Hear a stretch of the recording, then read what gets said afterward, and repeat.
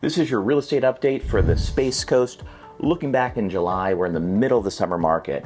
So home buying has peaked for the year, coming off of the highest number of pending sales. So this is the typical ebb and flow of the market. The same trend has continued from last month. We have the number of properties coming available. It's outpacing sales. So in short, supply is outpacing demand.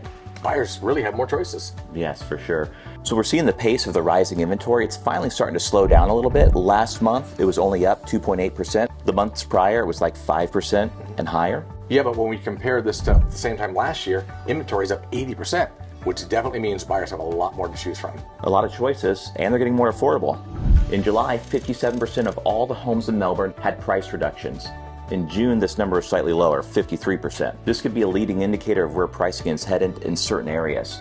Mortgage rates, they've come down with the recent good news about inflation, but they're still higher where they were 6 months ago, a year ago.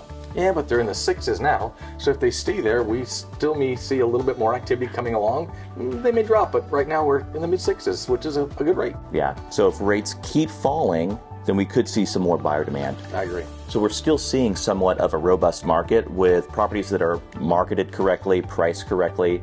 Taking about 37 days, that's the median time to go from listing to contract. So it's still relatively short. So piggybacking on that, here's the good news. Sellers can now sell within a reasonable time frame without feeling rushed to buy another house impetuously. Meanwhile, buyers have more inventory to choose from, which is allowing them to make more informed decisions, not those rushed decisions like they were making during the COVID market. So in short, the market is turning to normal. Yeah, so rates have been about the same since October of 2022. They were hovering around 7%. Now they're in the mid-sixes, but 6.5, 7. Yeah, so I mean, putting this into context, the Fed, they had to raise rate to stabilize the market. It was just a runaway market. So the whole reason to raise the rates, slow that down, return it more to a normal pace.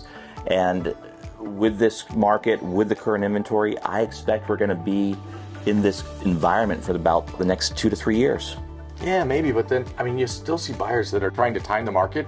They're waiting. In my 43 years experience, timing the market is a loser's game. At the end of the day, time your life instead of the market. All right, thanks for watching, and we'll see you next month for another episode of State of the Marketplace.